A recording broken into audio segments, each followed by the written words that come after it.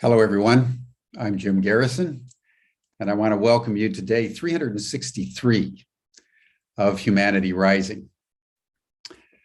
Over the last 12 days, as many of you know, we were focusing our attention through the lens of COP26 that was held in Glasgow, Scotland. It ended only this last Friday. And each day we were bringing a program live from Glasgow and also from people from all over the world to really look at the issues of climate change. The final communique that was released to the world public just 48 hours ago on Saturday morning demonstrated that once again our governments are collectively refusing to take any really meaningful action on climate change. And as Rupert Read, one of the founders of Extinction Rebellion and Transformative Adaptation, said, COP26 is going to be remembered as that moment when the world collectively decided it was not going to keep global temperatures below 1.5 degrees centigrade. Already the Arctic and the Antarctic are at over 2 degrees centigrade. So we are now heading into an accelerating level of ecological turbulence. And we all need to now take that in, that our governments, the major corporations, the major financial institutions have basically kicked the can down the road. And so we are needing all of us to internalize that increasing global instability and increasingly lethal ecological turbulence are going to shape the human future. And how we all now deal with that is something that will unfold over the ensuing months and years. But I think what we want to contemplate this next week in a very special program that we're calling the Masculine Dialogues is a contemplation of one of the aspects of our humanity that has led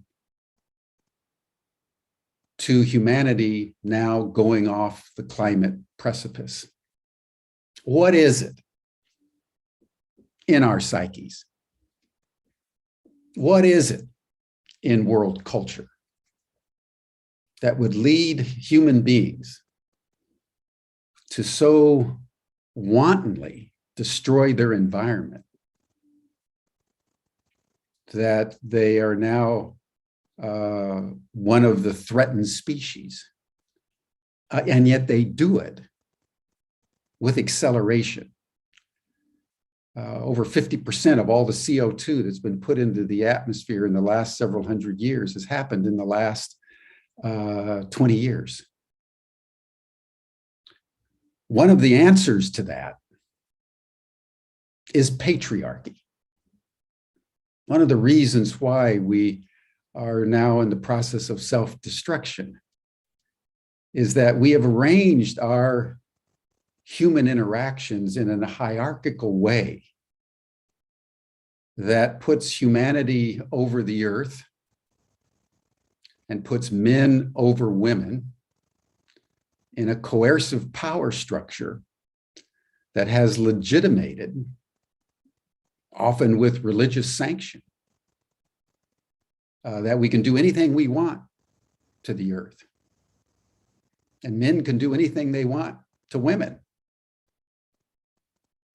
and animals and any other sentient being with essential impunity, mode of behavior that we can see in many places all around the world. And one of the exciting aspects of being human right now is that over the last 75 years, beginning after really the end of the Second World War, there's been a major transformation, a transmutation of human values, where women became liberated in unprecedented ways, in which there was a new sensitivity to the earth, to sustainability, a word that didn't even exist until about 60 years ago in any kind of recognized parlance. So at the moment when we are now not at a couple minutes to midnight, not even midnight, but we're now maybe 5 minutes beyond midnight. At the same time, there is a literal revolution in what it means to be human, what it means to be part of a living ecology that we now understand as Gaia, and what it means to recognize each and every one of us in a way that honors our authenticity in a manner that really hasn't been available to humans for a very long time. So our generation lives in this tumult where things are getting worse and worse, better and better, faster and faster. There's been much attention, as we all know, in terms of women's liberation. That has been very vocalized most recently by the Me Too movement. There's been a lot less attention to what we are calling the masculine dialogues. What does it mean to be a man as patriarchy begins to break down? What does maleness mean at a moment when sexuality and gender is going through a literal revolutionary foment, where now all kinds of possibilities and expressions are being made manifest all over the world? So the masculine dialogues is being crafted over the next 5 days. And for the first time since we began Humanity Rising, we are going to have 2 sessions a day, one at 8 a.m. Pacific, and then a second one at 12 p.m., 4 hours later Pacific. And we'll commence that program in just a moment. But before we do, let us just pause, as we always do as we begin our sessions on Humanity Rising, and let us center ourselves in our bodies. Let's take a breath. Let's close our eyes and place our attention on our hearts. Listen to our heartbeat just for a minute in a spirit of gratitude and deep thanksgiving that we're alive. We're all alive at this most extraordinary moment in the human journey.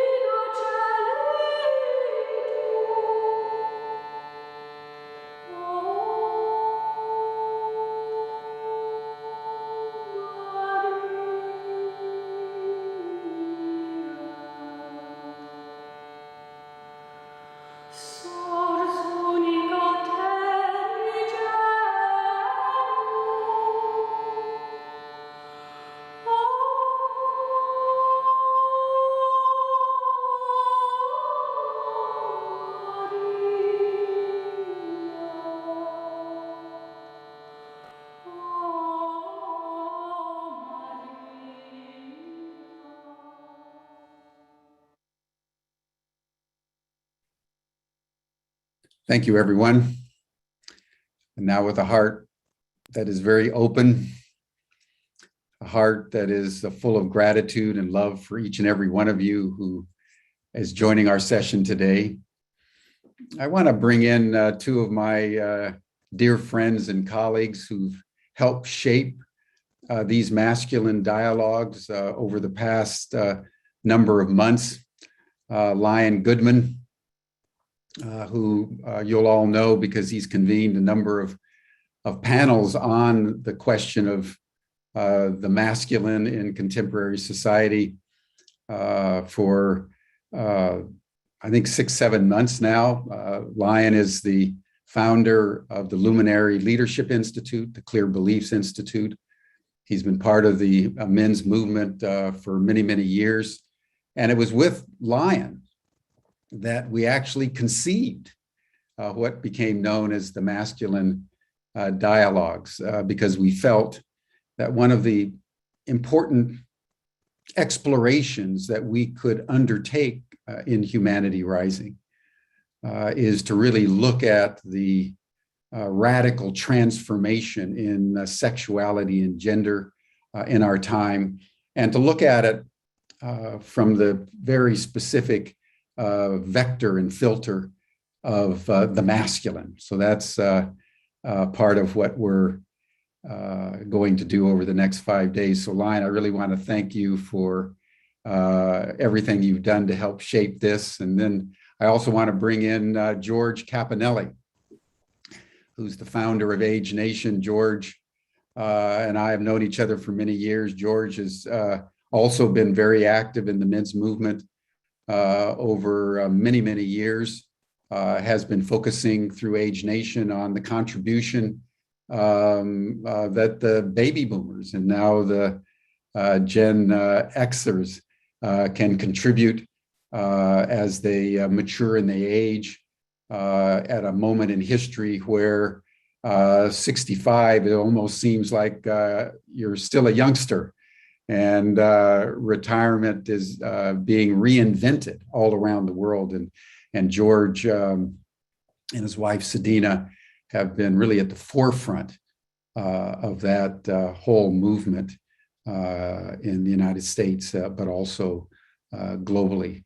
And really, Lion and George and I and my assistant, Matt Robertson, who will be present throughout the program as well, have really conceived these dialogues. So I thought it would be good for us to really start with Lion and George, and the three of us talk a little bit about the scope of what we're going to cover over the next 5 days, because we want to look at man in relationship to himself, man in relationship to the other, man in relationship to the world. So Lion, George, welcome. And Lion, why don't you go first and just share your sense of things and how you're visioning the next 5 days. Thank you, Jim. It's a real privilege to be here and to work with you all. It's been quite a ride. I'll put it that way. It's very exciting to bring together brilliant minds and open hearts to a program where we're exploring a subject really deeply. We're not riding over the surface. We're going down deep into trying to understand who we are as men, who we are as masculine, who we are as males, whether you identify with it through your body or not. Every person, as far as I can tell, has some masculine in them. And these qualities are manifest in different ways. The male brain appears to be wired differently than the female brain. And so there's all kinds of wiring, all kinds of people. But we're focused on what men have been traditionally and what men need to be today to create a better future. Jim mentioned the patriarchy, and I was watching a Clint Eastwood Western recently, and I started noting like what were his qualities, because he was kind of the quintessential masculine figure for his time. He was a mysterious stranger. He said a few words, showed no emotion at all. He reacted to any slight or threat by killing the person who was threatening him. He drank a lot of whiskey and smoked a lot of cigars. He knew what women wanted and he raped them in order to give it to them. He took advantage of his position. He didn't care about anyone else. And he plotted out and carried out an extensive revenge plan. So that was the epitome of masculinity in the 50s and 60s, right? He was portraying what a man was. We call this the man box. So young boys are grown into a culture in which they're told what it means to be a man. Big boys don't cry is one I think we've all heard in our lives. No pain, no gain, right? These are philosophies of what it means to be a man that we have to confront, we have to look at, examine, recognize the damage that it's done to men and women and people all over the world and nature, and then say, all right, what is it to be a man today? What do we need to do to change and be something greater, be humans, be human beings, not just human doings? So these are the questions that we're going to be exploring in these 10 sessions. I'm very excited to have brilliant folks from around the world contributing to those sessions. And that's enough for me. I'll pass it on to George. Thanks, Lion, Jim. A little of why I'm here. Clearly, men have a lot of work to do. But I don't place the burden or weight of that work entirely on the shoulders of men. I believe there's a she in the he and a he in the she and a they in both of us. And so going forward, I think it's going to be particularly critical. And that's why I'm pleased with the shape of these dialogues, that there are going to be women's voices as well as men's in most of the panels. The one panel where we've decided not to include female voices is in the panel that we'll do today at noon, which is called Man in Relationship to Himself and to Soul. We feel that that's a particular dialogue that's worthy of men exploring on their own. But everywhere else, we will have men and women involved, and we do that because we don't think, frankly, that it's the responsibility or the obligation of either gender entirely to determine the future of the world. It needs to be a collaboration. It needs to be a new form of cooperation, at least in my opinion. Plato said he defined man as a being in search of meaning. And I believe that is certainly something that matches my expectations. I can't say my search has been direct or that I haven't wandered off the path a lot, but I do believe that the primary quest of my life is for meaning and understanding. So I believe that that's a search that those of us who are men need to conduct in this time with much greater and deeper commitment, with much greater authenticity.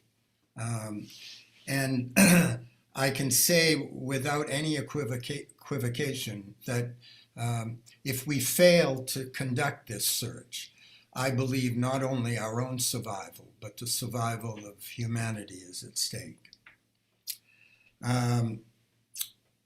Why else am I here? I'm here because I believe that this is an extraordinary opportunity. For too long, I think we've clung tenaciously to old values. Not old in the terms of the traditional values of the wisdom tradition, but old values in terms of the stuff we've just kind of made up as we've gone along. I think that we've endorsed for too long old systems and beliefs. I think we've advocated and supported systems,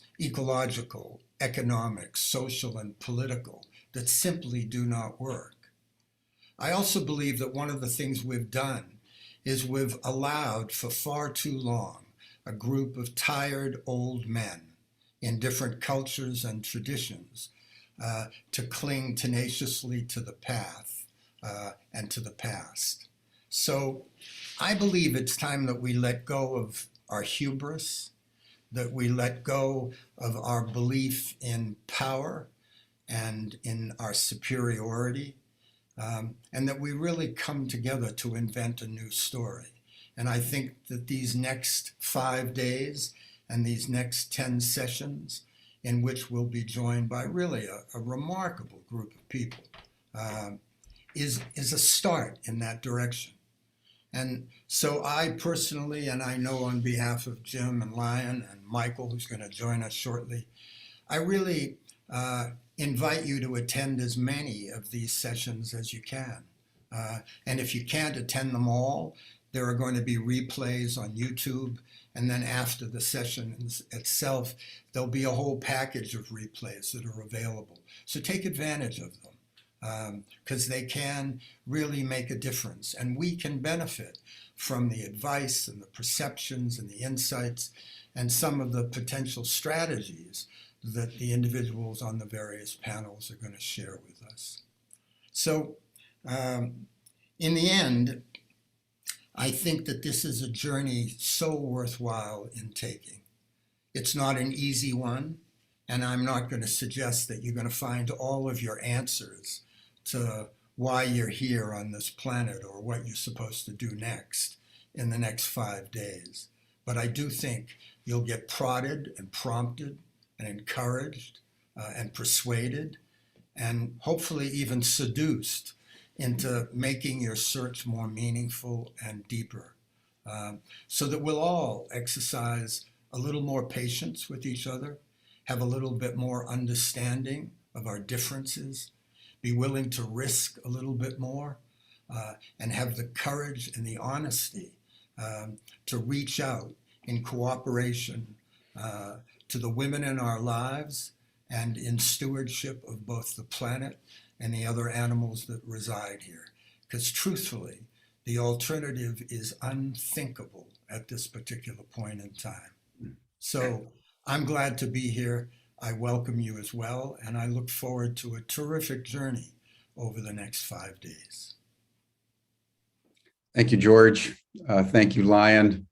It's been so heartfully wonderful to be working with the two of you and shaping this program. And I just want to underscore what Lion and George both stated, that this is a deep inquiry, in the spirit of truth pursued, not truth possessed.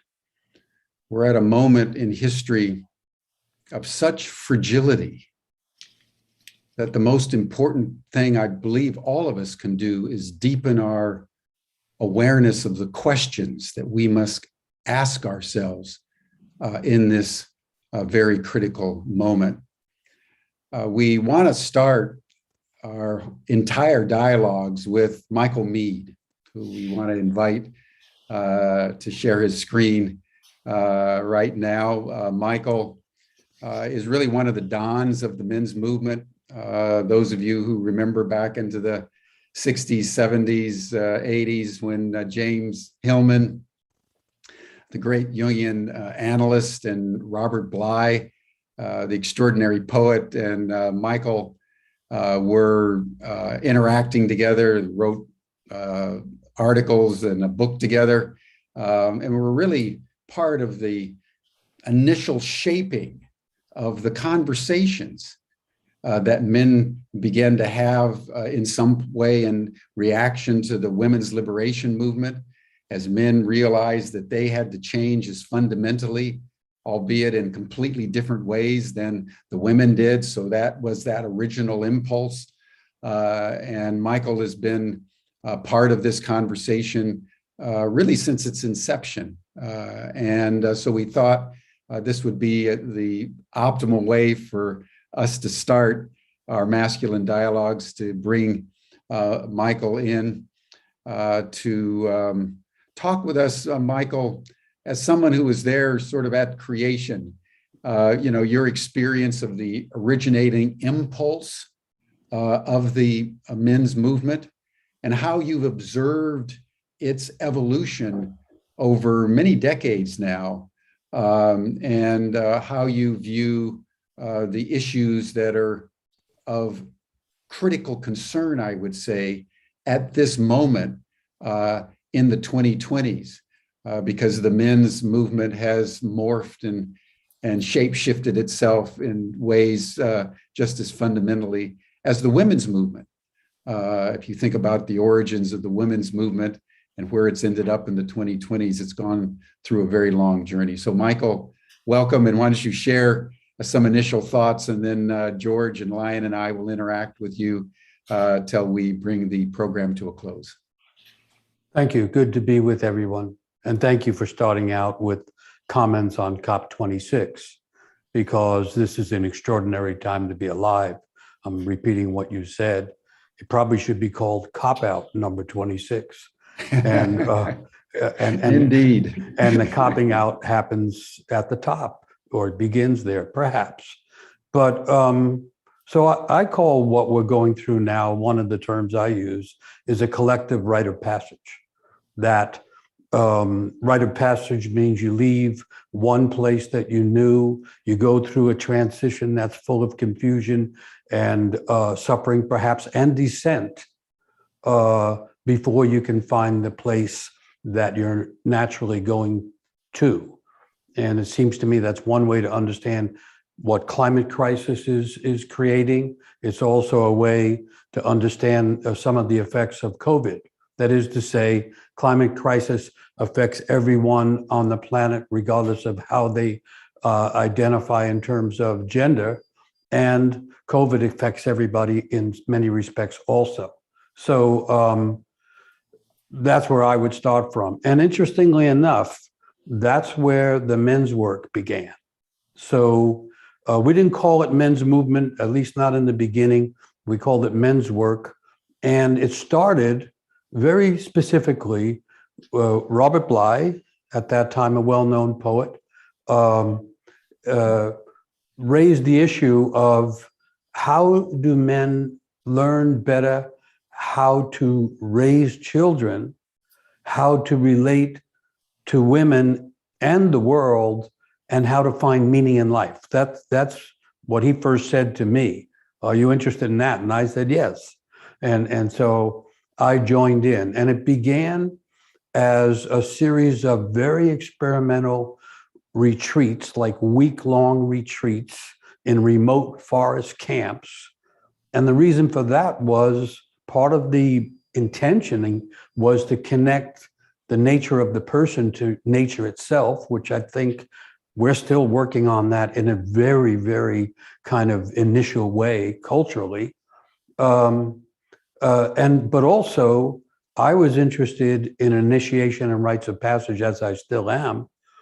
And so rites of passage for girls becoming women, for boys becoming men, did not happen in the village, did not happen in the daily world. You had to leave the daily world in order to get into nature, in order to find your own nature, and in order to have a radical experience which alters a person's life.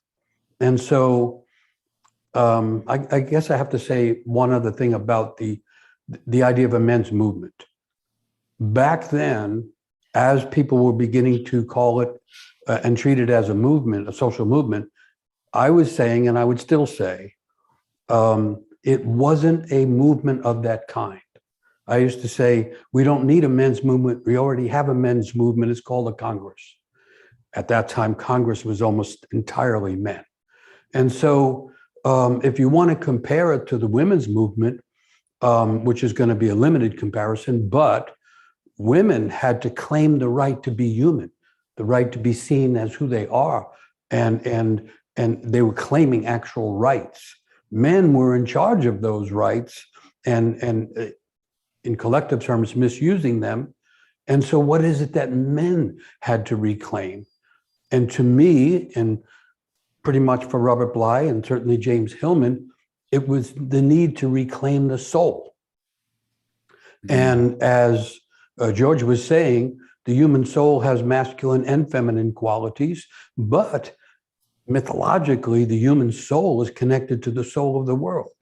So the binary division between women and men that has been very detrimental to women, but at the same time detrimental to the souls of men, that is to say, if a man acts out that role that Lion was talking about from the movies, it's not simply that he's going to be injurious and damaging to women. It's damaging to the soul and the feminine qualities of the souls of the man who's doing that. And I think we're still in that state. Yes, things have changed, but in many ways, not so much. We're living through also a return of the repressed, things that we thought had been maybe figured out or solved to some degree back in the 60s. Things like racism as well as misogyny are back with a vengeance, as if the efforts and the work didn't go far enough and maybe didn't go deep enough. And so how I imagined it then, and quite literally, we were doing experiments with rites of passage and initiatory ideas and elements for the reason of cracking open the ego, the little self, I used to call it, of whoever's involved in order to create room for the deeper self and soul to come in. And now I think that is even more important. And so I guess I'm still in the place of saying that the issue isn't how we socially define men or man. I think that has a real meaning, but the solution resides in the depth of the soul of the individual person. And that's what we were working on. We called it soul work. And I have to say, at the time that we were doing it, we were each in our own way working in groups that were women and men. And so it wasn't this strictly isolated idea. It was that the old idea that you have to take, in a sense, the boys out into the forest as in a vision quest to have each one engage their soul with the soul of the forest, the soul of the world, and have each find the inner vision of their soul, which is unique to the person, which is the beginning of the opening up of the eyes of the soul, because it's from that place that we see the world and other people differently. And so it was from the beginning deep soul work. And when it got caught in the kind of common dialogue of culture, it became described as and seen as a movement. But I saw it, and I think we saw it primarily as a movement of the soul, an attempt to crack open the soul. I remember one of the kind of statements that we used to use came from Albert Camus, the French writer, who I think wrote something like this. A man's life is nothing but a journey to find through the detours of art and imagination those one or two moments that first cracked open their heart. And so we were about cracking open the hearts and opening the eyes of the soul. And I want to repeat, the initial work, and I would say the most meaningful work, happened in these retreats into the forest with the kind of background notion of rites of passage. And just to repeat again, I think we're in a collective rite of passage now. And there's the necessities to find the depth of the soul in each individual, following the old idea that says, if you want to change in the collective, it has to begin in the individual soul. So maybe I'll stop there for the moment. Thank you so much. Let me just probe one aspect of what you've been saying, Michael, and then George and Lion can also come in. But I think all of us have been struck that the tenacity of racism, misogyny, reactionary politics, and religion and sociology have seemed to intensify rather than lighten up. over the last 50, 60 years. And I think a lot of us have just pondered, why is it that after all the work that was done in the 60s and 70s, the women's movement, you know, the civil rights movement, the gay lesbian movement, you know, animal rights movement, you know, all the hundreds, thousands, millions of NGOs around the world that are working on good stuff, that we've seen a resurgence of the toxicity of all those aspects of our humanity we were seeking to transcend. And you're a great mythologist, as we all know, and in anthropology and psychology. How would you explain the resurgence of the shadow with such intensity within the last, say, 10 years in the United States, and I would say around the world? Thank you for that. So to tie the two things together, this origin of men's work, the way I imagine it, and what's happening now, if we think of Robert Bly, James Hillman, and myself, Robert was, as you said, a renowned poet. And so he had this poetic connection to language, imagination, and the soul. James Hillman was a philosopher and psychologist who was working primarily on depth psychology, archetypal psychology, he was calling it. And I was a storyteller, student of mythology. And so we were all about the soul and its relation to the world and mythic imagination and the deep story of humanity. That was the door that we went through together. And so, so what's happened, I think, one way to explain it, mythologically, we're in what the Greeks called apocalypsis, not apocalypse, which is the Latin term that came from apocalypsis and then wound up in the Bible and then came to mean mostly for people the fiery end of everything. That's not what it really meant originally. What apocalypsis means, a moment in what most people call history, when you have two big dynamics happening at the same time, that is to say, collapse and renewal. So mythologically, we're in a moment, the Greeks called it a kairos moment, an open moment when radical change can occur and must occur. And the two dynamics of change are letting go of those things that are collapsing anyway and engaging in those things that are trying to arise from the depth of creation, which is the ground of the individual soul as well as the collective soul of humanity. But that is connected to the soul of nature and the cosmos. So that's the mythological thing behind what's going on. It's very unusual to be alive when nature is rattling and culture is unraveling. And the thing that connects nature to culture is the soul. And so it's, to me, the real work is done in the depths of the soul. And so that's the psychological part. And so as far as why is all this stuff coming back, for those of us who are older, yeah, we go, wow, didn't we work on this like 50 years ago? But what happens is in these periods of radical change, there's not just a turning, but there's a churning. And what gets churned is the depths of the soul.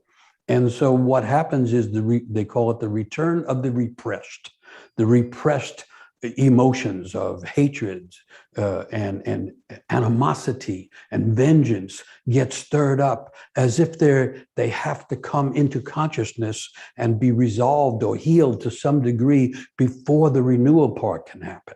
And so all of the thing, also the historical wounds that were not resolved, and we're talking about racism, misogyny, disparity. The disparity, economic disparity, is greater now than ever, as if the wound tears open and the depths are churned up and things rise like the old leviathans from the bottom of the sea, and the wounds are open and they're ancestral wounds. And you've been talking about them as historical wounds, and they're also the deep wounds of the soul. And then we happen to be alive at this time. And those who want to be conscious and actually want to help heal, we're called to somehow learn how to deal with these things. And so that's my understanding of the mythological collapse renewal and the psychological churning of the depths of the soul, just like what happens when a person individually deals with the deep wounds of their own life. We are in the wound between nature and culture. We're in the wound that we thought we had dealt with between, one understanding of race and another. We're back in the wound of nationalism. We're certainly in the wound of misogyny.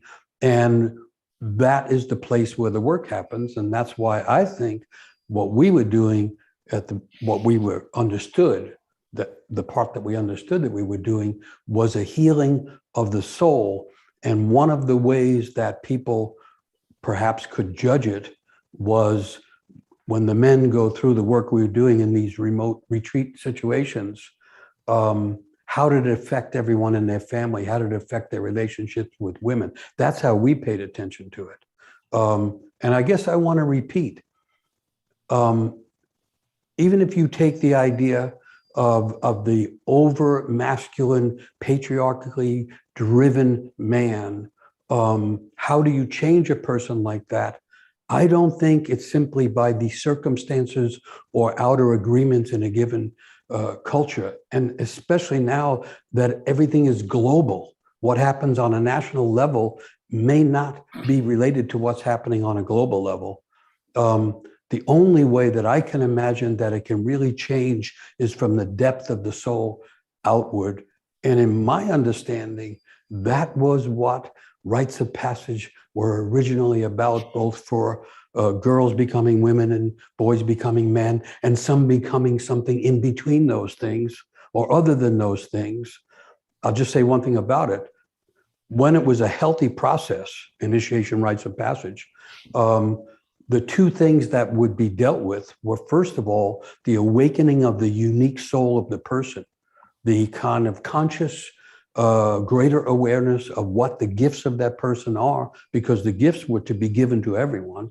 And it was important for a person to have a sense of how they were gifted, what they came into the world with that they could then give, that could also create a path of meaning for them, to go back to George's idea about meaning essential to humanity and to each soul, not to just some. And then just as deep as this gifted nature of the person could be, in the similar depths were the wounds of a person. They've done the modern surveys.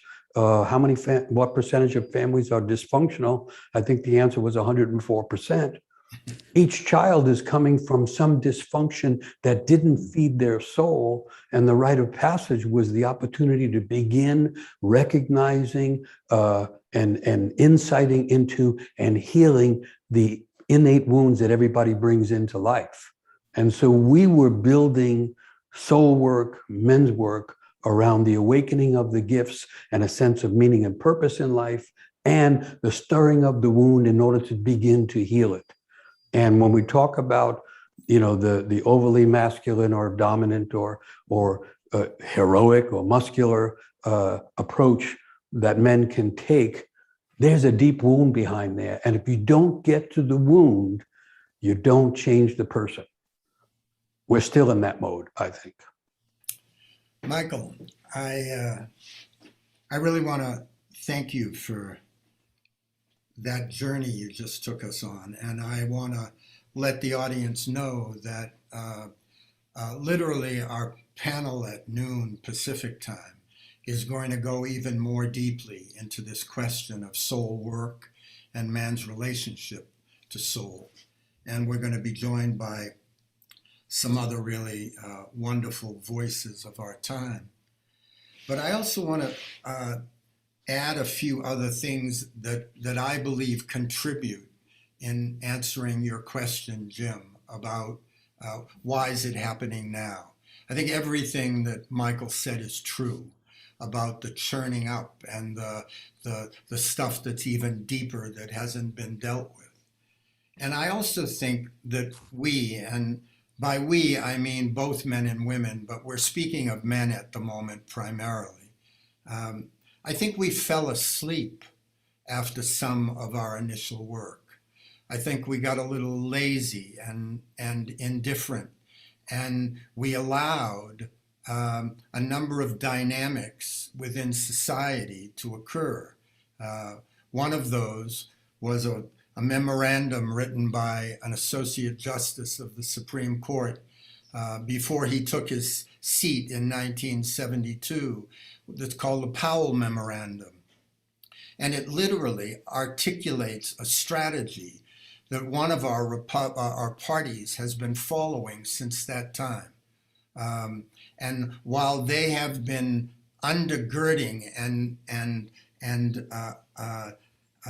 undermining the democracy and the civilization that we have become comfortable with, a lot of us fell asleep.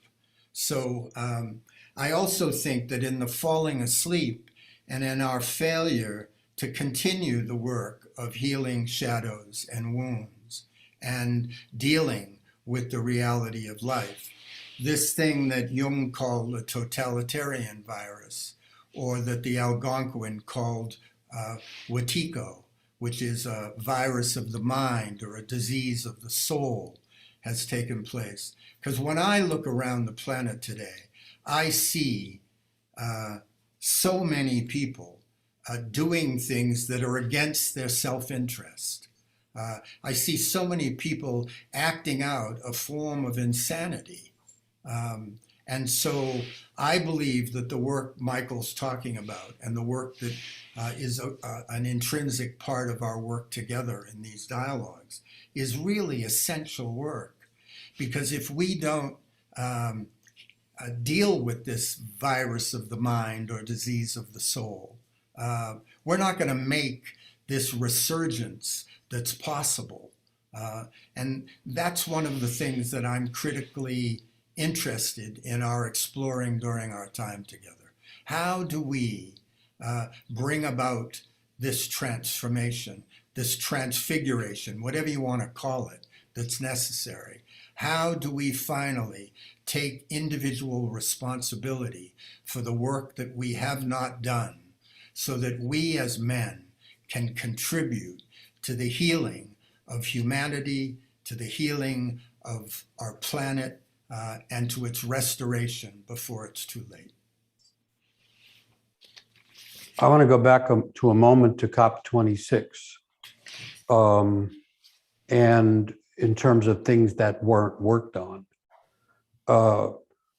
Some of the things I see happening now is you see young people at the front of the protest against, not doing enough to deal with climate crisis. And then I think you were mentioning this, George, you see many of the people in charge of the corporate entities and the national governments and all as older men who seem to cling to the rafts of the past in order to get what they want or they think they want. Or when you get down to regular people, people are clinging to ideas that claim, or people that claim that they will explain, protect, and give them what they think they want. And so you have this gap between the young and old, which is part of the end of an era. If you imagine the era, we're at the end of an era, the evidence is because the world we used to know is gone. It's gone. Some people are trying to get back there, but that won't work either.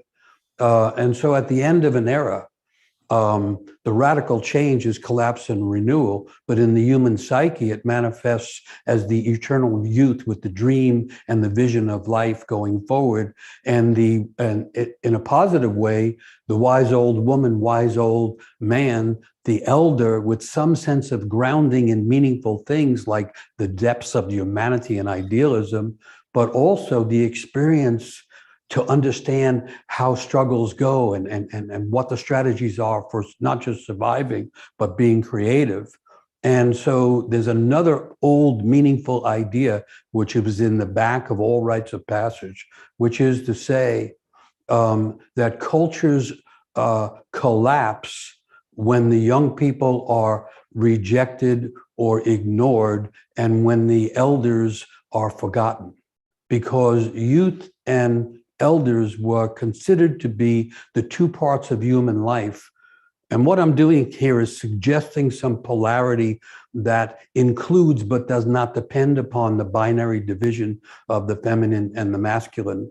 That is to say, it shifts at the end of an era, possibly, to the dynamic between the eternal inner youth and the wise old sage in the heart and in the soul, trying to awaken, because they each bring a kind of force of imagination into consciousness and if possible, into the cultural dynamic.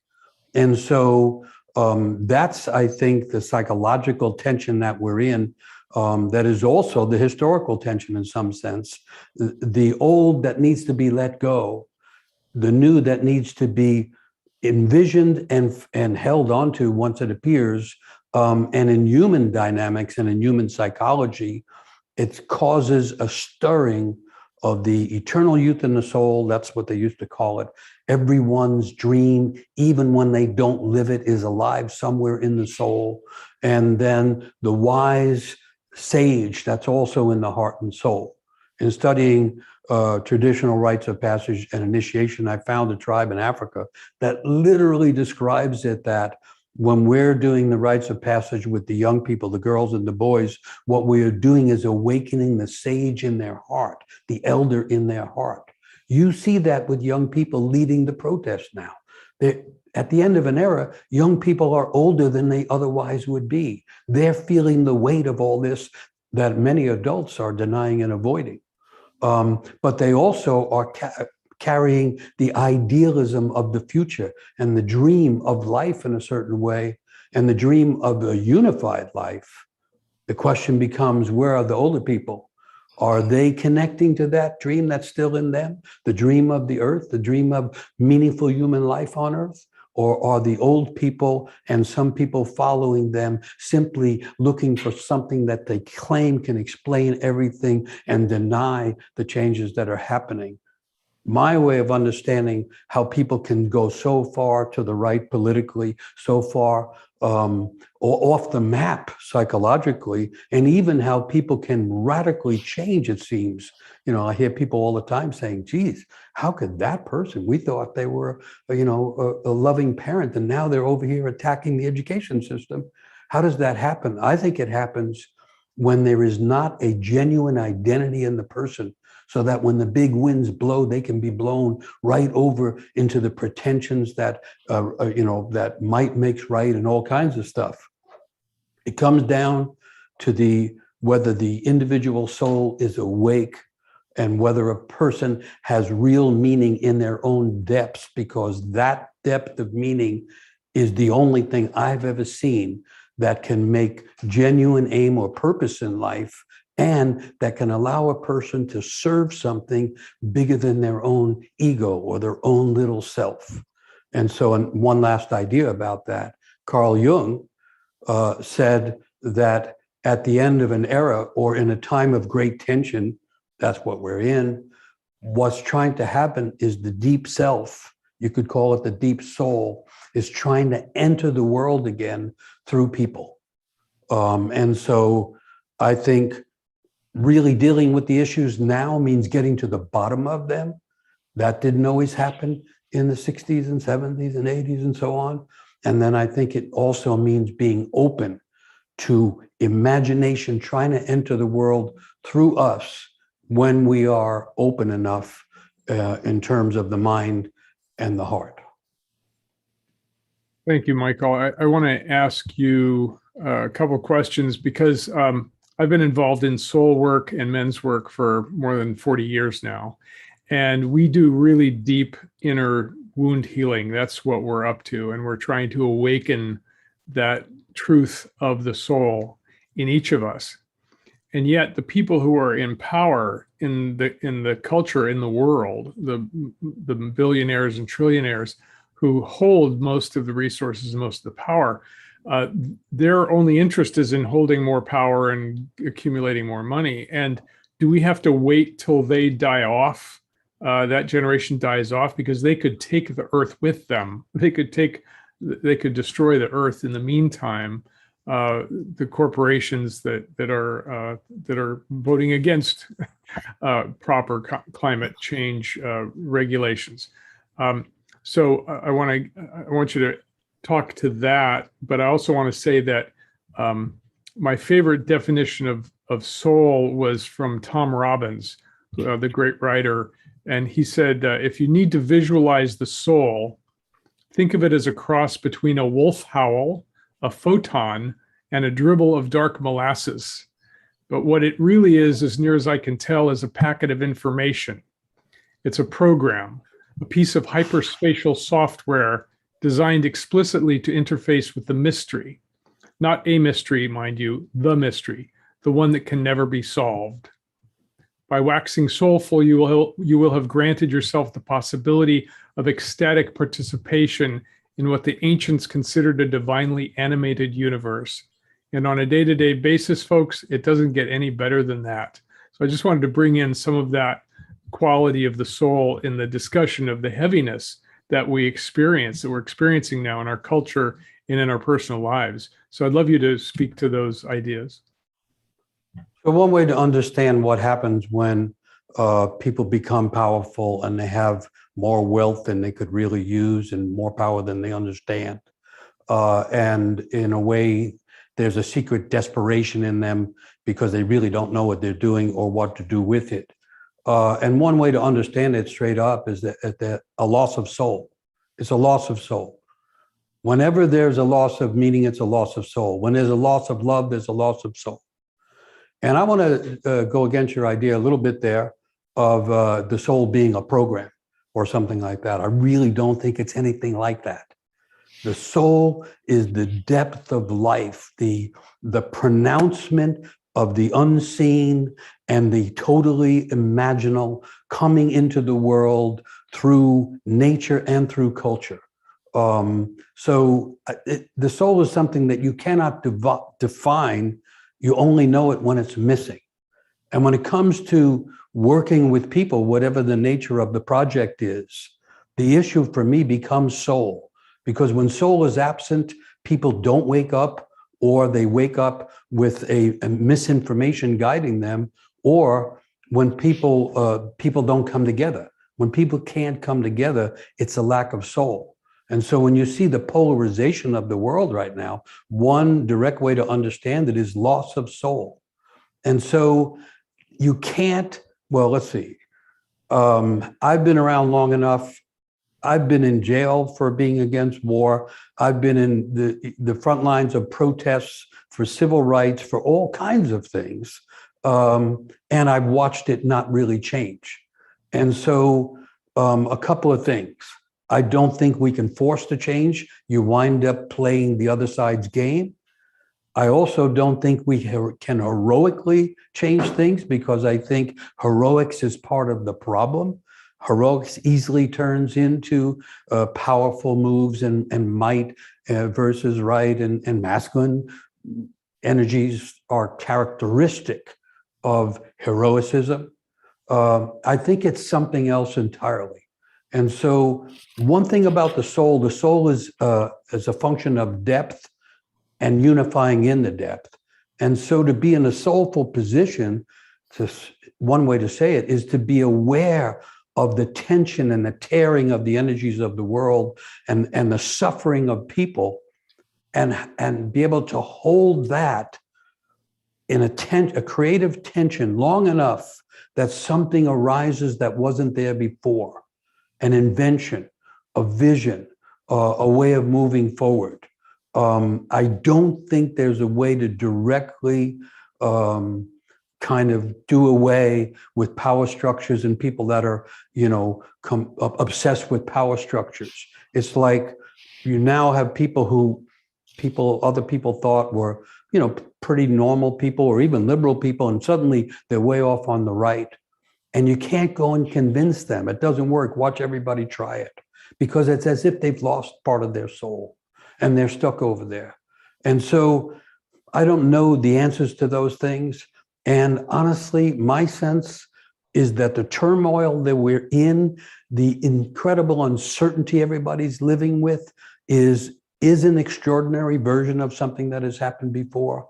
And in the old stories, they say sometimes you just have to be willing to stand in the darkness of not knowing until the light of the soul shows up, or an inspiration that leads to a new strategy or a new way of going happens.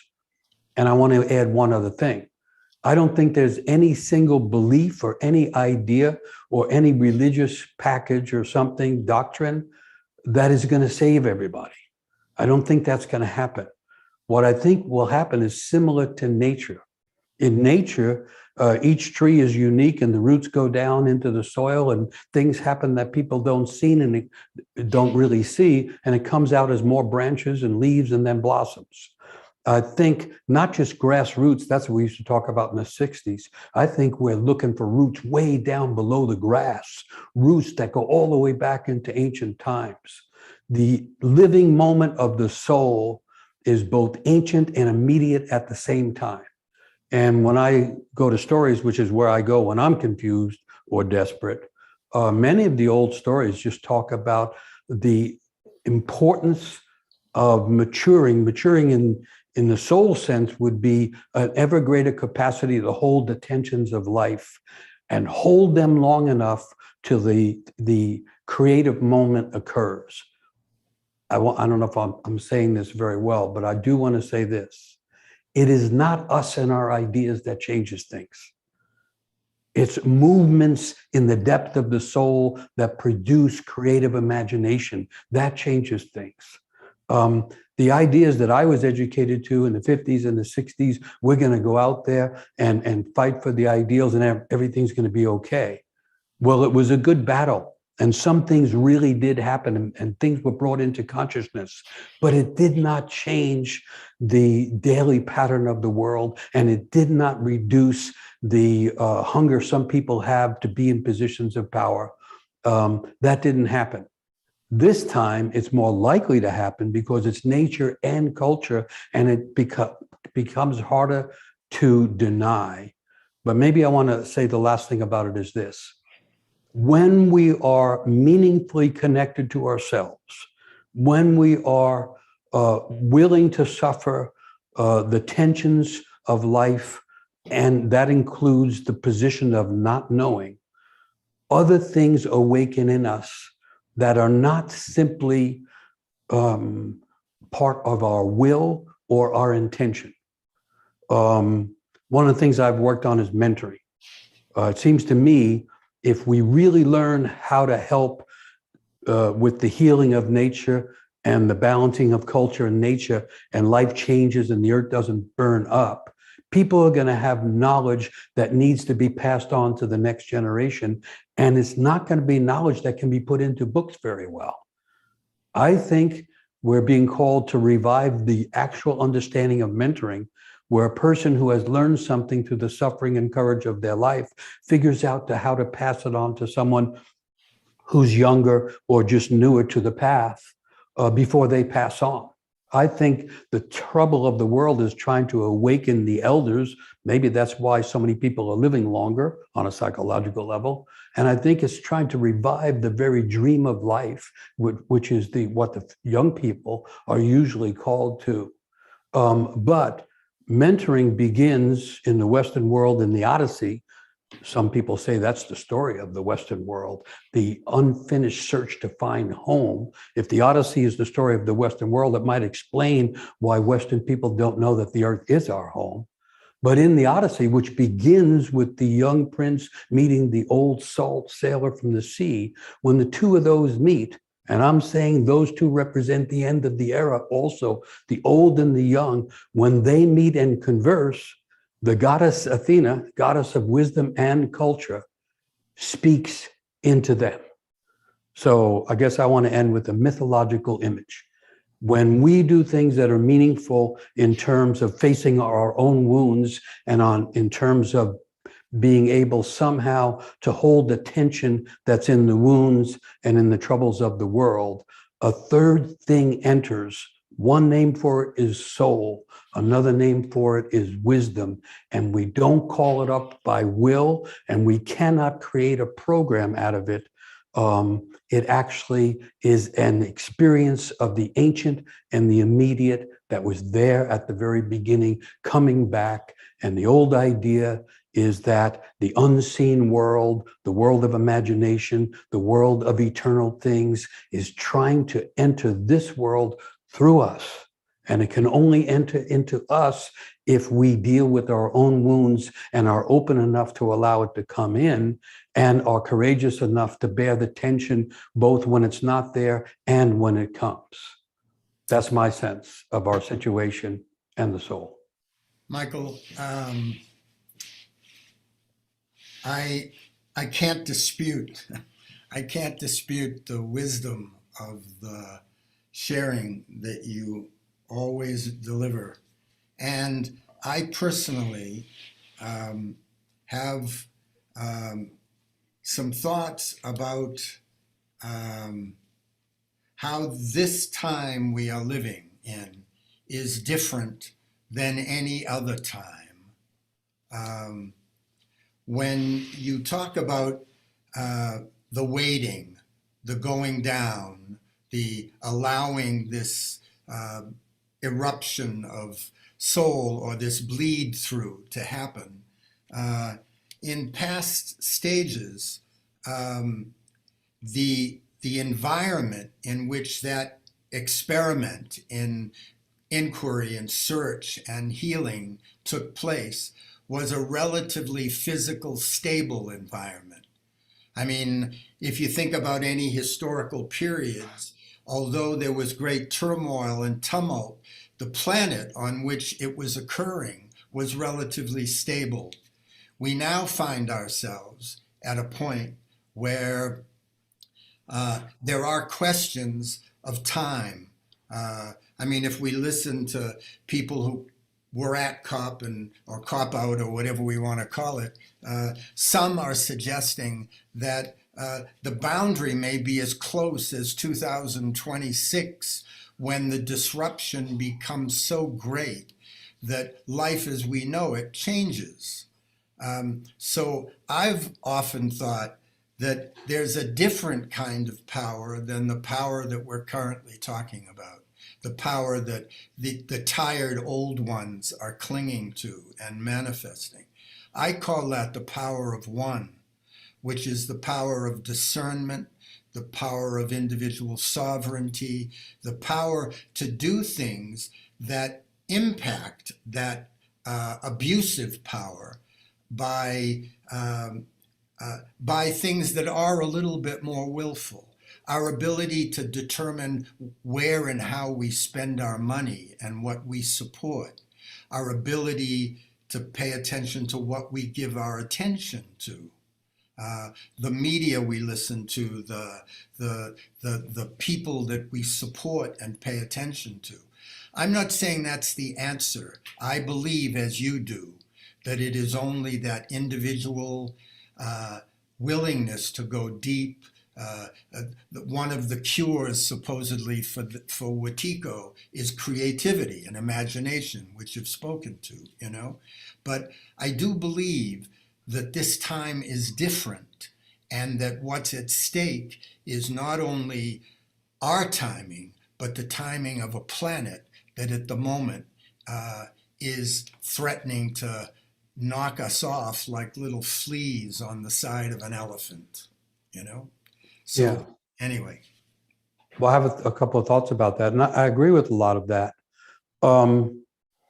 So this is the beginning of something. And so my instinct is to put in ideas and images so that the beginning opens a territory that's broad and deep and can be explored by, the many people involved. And so the old idea is the power of one and the power of many. Those are the two things. And they're also often called spirit and soul. Spirit is connected to fire and air, and it ascends towards the one. And we are missing spirit.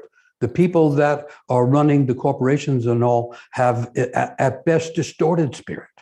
So we need a greater connection to the sense of the universal one through the arising energy of spirit. But the manifestation of spirit is called, in a sense, soul. And soul is connected to water and earth, and it descends. Spirit without soul, we might follow those strange billionaires shooting rockets into the air. That's leave the planet in order to what? Solve the planet's the issues that you wouldn't face, let's say. So the trick is to have the presence of the oneness of the universal understanding where everyone, the universal sisterhood and brotherhood, and we're all part of this mystery that's manifesting. But then the roots are in the soul, which is the many and the multiple, so that we don't leave people behind, but also so that we connect to nature, which we call it nature, one thing, and yet it's many, many, many plants and diversities and mushroom systems and all kinds of things.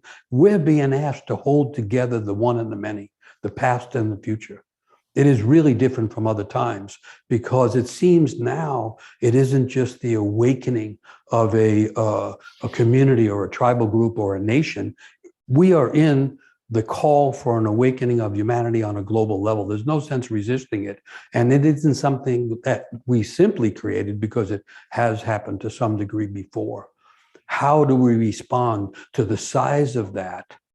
And again, I want to say the only thing I've found inside myself and seen inside other people is not a system or an agreement of some kind. It's when a person lives the meaning of their own life. And what I was presenting way back in the beginning of men's work and have continued to work on, each person comes into the world with some genius. That's what it used to be called. And it doesn't mean high IQ. The genius means the spirit you're born with. And each person's spirit has a connection, certain kind of gifts and an aim in life. And I imagine it, if enough people say, okay, I see the problem, I see the danger. And by the way, I don't think it's after midnight, Jim. It's got to still be before midnight because in all the stories, the change happens right before midnight. And I don't think we missed it. I just think we missed how to understand it. The Kairos moment, history breaks open. It's totally different than what we're thinking about. And the way the radical change is totally different. I don't know what the pieces of it are, but the nature of it is radical change, unexpected by the corporate leaders or the national leaders. And I say deeper than the grassroots, coming from the deep multiplicity of the soul and entering in the world at the critical moment. But each of us, and I think we should be paying attention and being alert to ways that we're inadvertently or lazily contributing to the power structures. I totally agree with that. But that doesn't change it. We've tried that already. What's deeper than that is when each person figures out or awakens to, here's what I'm here for. And then it turns out that some people are born with a kind of genius capacity to work with elements of nature. I've worked with young people who are working in mycology, who are understanding how mushrooms support the entire forest of the entire planet. And some people are called into working with water and understanding elements of nature, and other people are called into working in culture. The reinvention of funerals and the importance of funerals for bringing unity to individual lives and families and communities. And other people are called to finding new medicines and so on and so forth. And I think it's what's called for is an awakening of the genius in as many people as possible. And then change happens and no one's in charge and no one's heroic. And an individual figures out what their life is about. And they do their work, contributing to the positive things in their community and the things that help climate crisis and all that. But they're doing their work. And one day they come to an intersection that they didn't plan for, but people are in need of something and they have been developing that thing and they step into a bigger crossroads and the thing that was their practice becomes something that benefits the community. And as that keeps happening, you get a change in systems in culture, similar to the change in systems in nature. and something happens that no one foresaw or could predict or could control. And then we are all somewhat in a more blessed state. And we see the value of the individual, and the individual sees the value of the community that includes the community of animals and trees and so on. That's my preaching on the moment of that. It feels like preaching sometimes, but I'm really concerned about everybody repeating the same old problems. I'm really concerned about it. Where I saw a change in men, if we want to talk about men's work, was when the ego cracked and the little I was gone, and the soul showed up, and it always shows up with deep emotion, often with tears, because it's the watery side of the soul that's choked off by culture and by family sometimes. And you could see right before your eyes someone kind of almost turning inside out. And then and as soon as that would happen, we would learn that now we have to help hold that person as they feel their way through their own woundedness and support them. And then we started to learn community healing. There's things you can do with healing, with a group of people can do, that can take a lot longer if the person is left to do it on their own. There's things waiting to be discovered. I want to say that again a different way. In my understanding of both psychology and mythology, when the outer world is in great turmoil, it stirs something in the depth of the soul that in Jungian psychology they call archetypes. Down there you have the archetype of the mother and the archetype of the father, the archetype of the creator, the archetype of the child. You have this archetype I was talking about, the youth and the age or sage. Those things are stirred, and we don't have to personally, willfully, characterologically take it on, or heroically, but these energies of the deep unconscious, also called the soul, enter through us, and things happen that we didn't plan or didn't even know that we could do. And that happens before midnight, according to the stories. And I agree, we're close to midnight, but if we're past midnight, then the danger is, according to mythology, if we don't, and we're all agreeing on this, if we don't find a regeneration of human imagination, human creativity, human unity, and human soul, if we don't find the soul of humanity, what happens is not the end of the world. I think I would take that off the table. The word end doesn't mean over. The word end really means loose end or remnant. And there's always a remnant from which the world begins again. Mythologically, that's the case. I'm sticking with that. It actually can ease the heart and soul to imagine that the creation wants to continue anyway. But if we don't step into this Kairos moment and kind of allow the soul and the spirit to move us in ways that we can't predict, then what happens is the next cycle is even darker than the one we're in. I don't think it's the end of the world. I think it's just a darkened world, continues until the next Kairos comes around or something like that. And I'm not stating these things as dogma. I'm using them as images so that we can imagine things differently, certainly than a lot of us were doing in the 60s and the 70s and so on.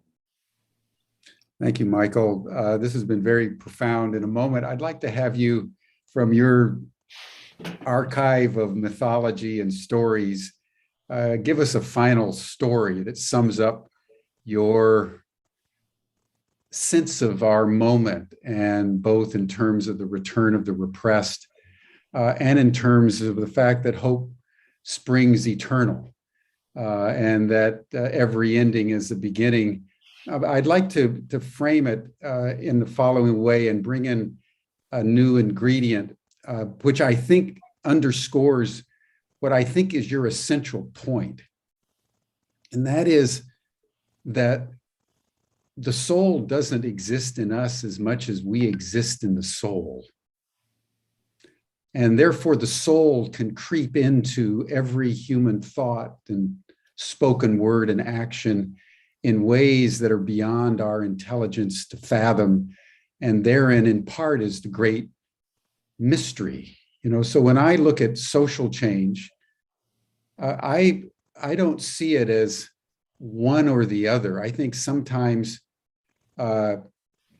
attitudes shape behavior, and sometimes behavior shapes attitudes. And in great change, many factors come together, some apparently more soulful than others, but all colluding and conspiring in the best sense of breathing together in a way that transacts the change in the way that you're beautifully describing.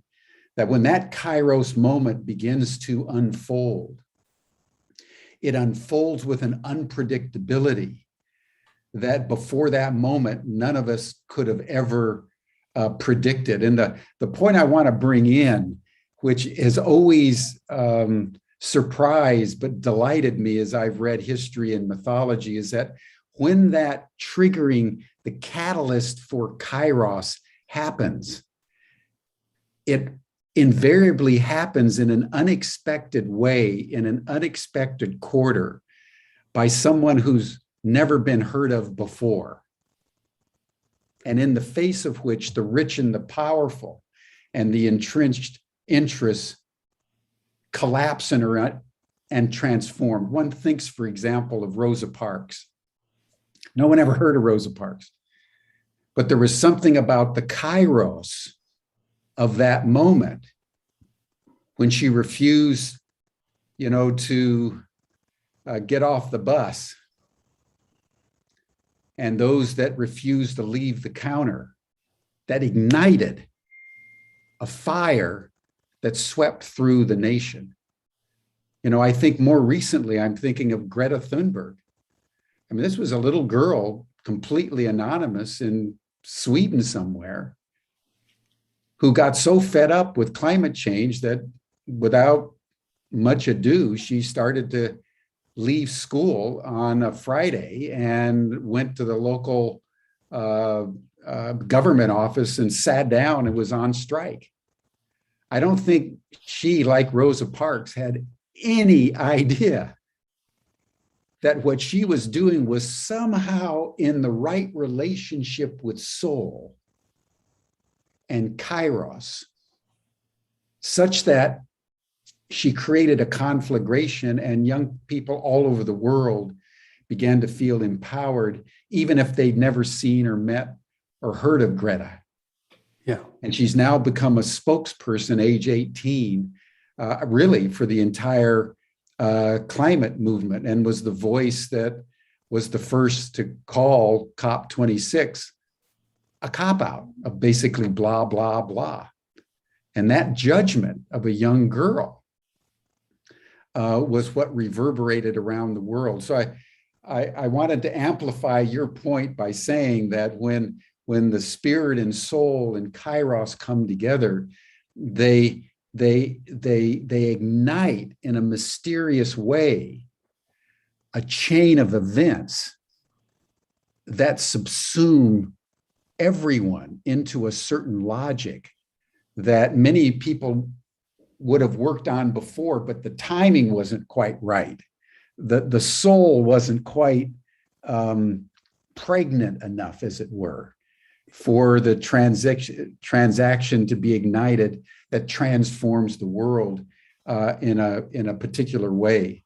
So whatever comment you would like to make on this, and then just out of the depths of your psyche, man, just give us a final story that will bring this session to a close. But thank you so much. Yeah, thank you. And thank you for that image. So that is the example. Rosa Parks wasn't the only person saying, I won't sit at the back of the bus. There were other Black and African-American women doing that, and others doing it. But that moment came when the doing of it was tied to something trying to erupt into the world through that person. So that's exactly what I'm talking about. And then, but a couple of things to say on that, and I'll get to the story.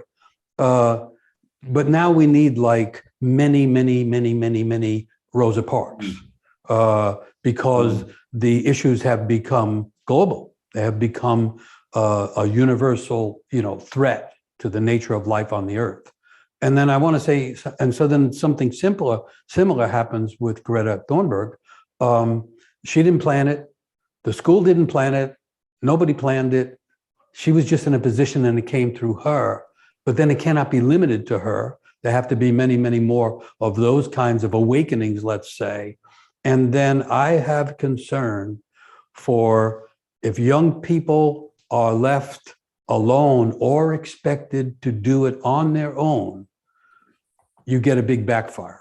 Because when we're talking about it, we're saying there's something about her soul and there's something that is not her soul, that is a greater soul, that are happening at the same time. And that person who is open that way, and then especially in the modern world, when that person is seen by millions of people as the person doing it, there's great danger. And the sooner that more people are doing it, the less danger she will be in. And as soon as more older people are acting like elders, the less danger all the young people will be in. I just wanted to comment on that. And as far as the story, there's great myths about the end of the world and the beginning of the next world and all that kind of thing. And the one that I go to most often is brief. And so I'll go to that. And it has a number of elements that are important in it. And so this is a Native American story that's told by a number of different tribes in North America. And so it's not a story owned by any particular tribe. And the version I tell is not exactly anybody's version. And so in this case, the story doesn't start once upon a time, it starts now. And it says that right now, nearby where each of us may be living, there is a place where knowledge can be found, not information or casual knowledge, but the deep knowledge we're all looking for. And that place is a cave, a place in nature where knowledge is in that cave. And even though there are roads going in every direction and highways and byways and people have SUVs and people are driving 24 hours a day, no one seems to find that cave unless it's right, and yet it's right nearby.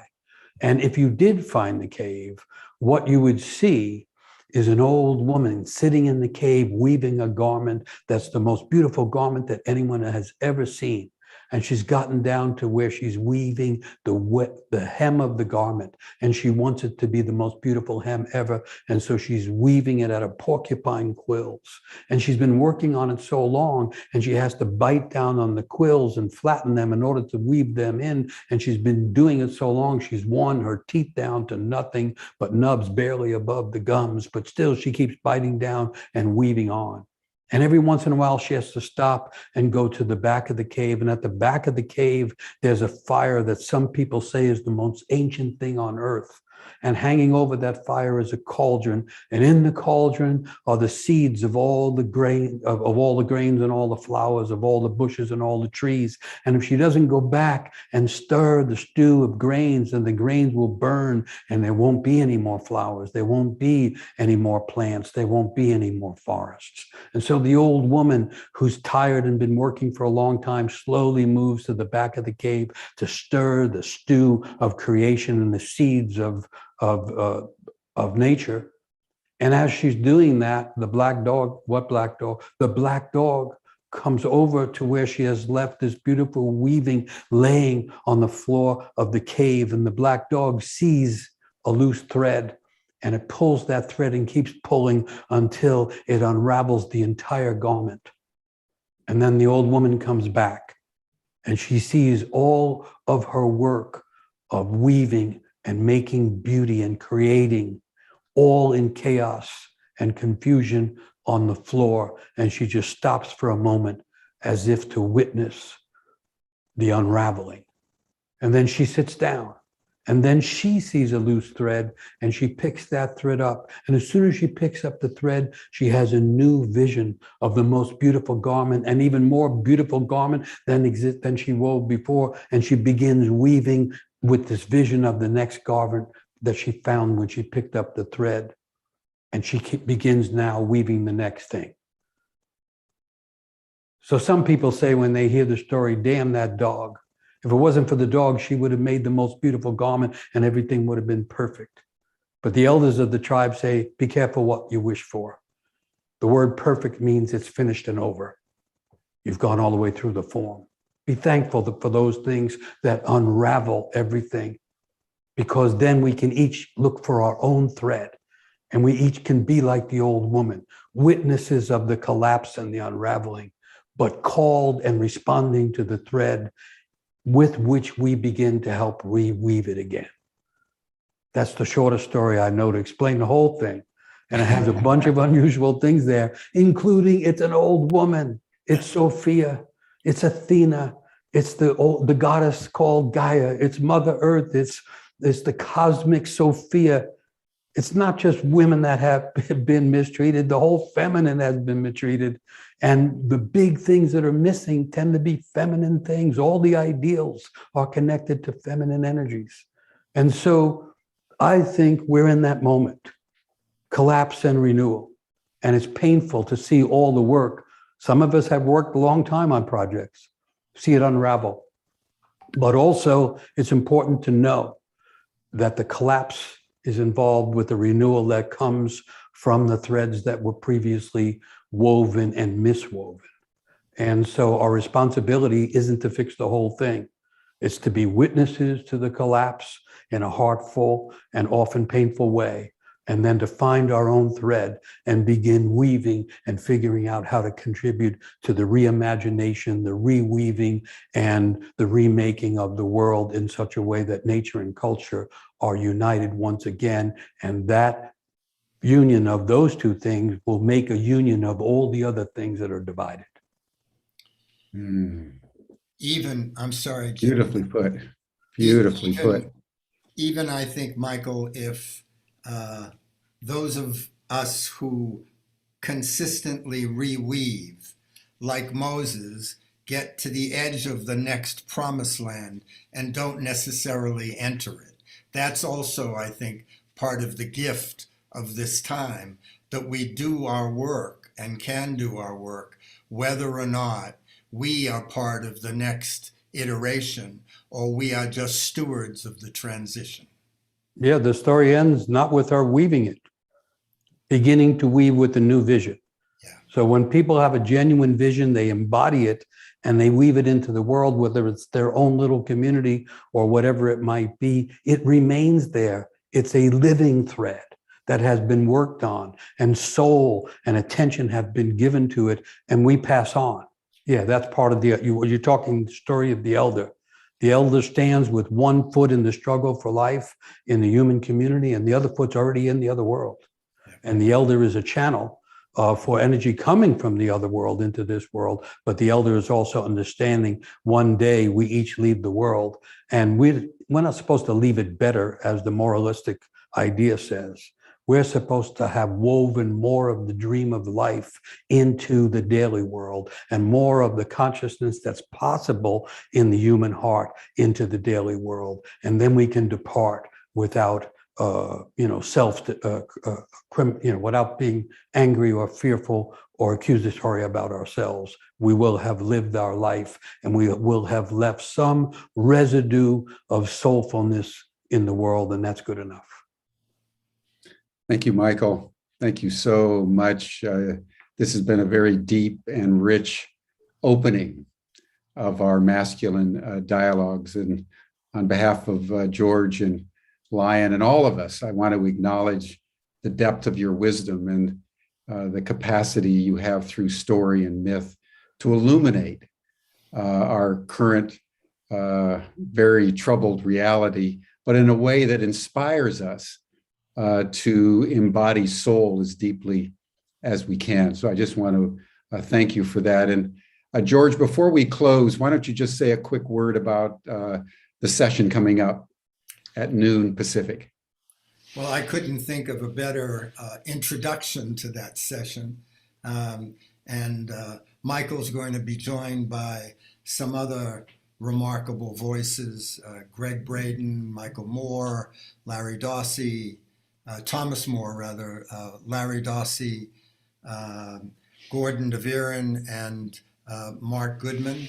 And we're going to continue this exploration of man in relationship to himself and soul. I also want to point out that those of you on the chat, I want you to know that your comments are not wasted. They're saved. I know many of you are going to be in the chat that follows, and your comments and your thoughts, although they have not been pointed out, have lifted this conversation and helped to support it, and I thank you for that. Thank you, George. Thank you, Lion. And then Michael, thank you. I can't think of a better way to start discussion and dialogue on the masculine than the way you have crafted it for us today. So everyone, we'll see you in a couple hours at noon Pacific. We'll also see you the same time, same station tomorrow at 8 a.m. Pacific for the third session. Every day we're going to be doing 2 sessions a day, Monday through Friday, on the masculine dialogues. Thank you, everyone. Thank you. Bye for now. See you tomorrow. Thanks.